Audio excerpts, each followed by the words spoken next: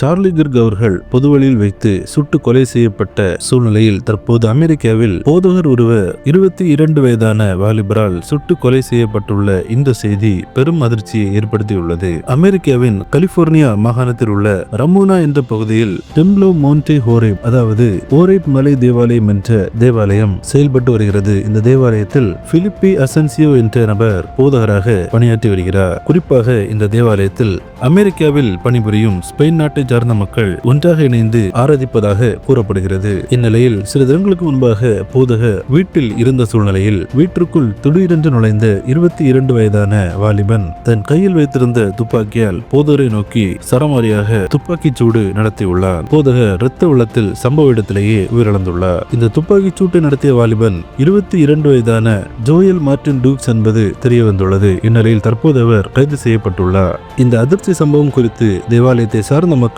கூறும்போது, போதகர் எங்களுக்கு ஒரு நல்ல ஆவிக்குரிய தந்தையாகவும் நல்ல ஒரு வழிகாட்டியாகவும் திகழ்ந்து வந்தார். அவரின் மரணம் ஏற்றுக்கொள்ள முடியாத ஒரு காரியம் என்றும் கூறியுள்ளனர். கிறிஸ்துக்குள் பிரியமானவர்களே, போதகரை இழந்து தவிக்கும் அவரின் குடும்பத்தார் மற்றும் திருச்சபை சார்ந்த மக்களுக்கு தேவன் தாமே ஆறுதல் அளிக்கும்படியாகவும் இப்படிப்பட்ட கொடூர சம்பவங்கள் அமெரிக்க தேசத்தில் நடைபெறாமல் இருக்கும்படியாகவும் உலகெங்கிலும் இருக்கும் கிறிஸ்தவர்களின் பாதுகாப்பிற்காகவும் நாம் அனைவரும் நம்முடைய ஜெபங்களில் தினமும் நினைவு கூறுவோம்.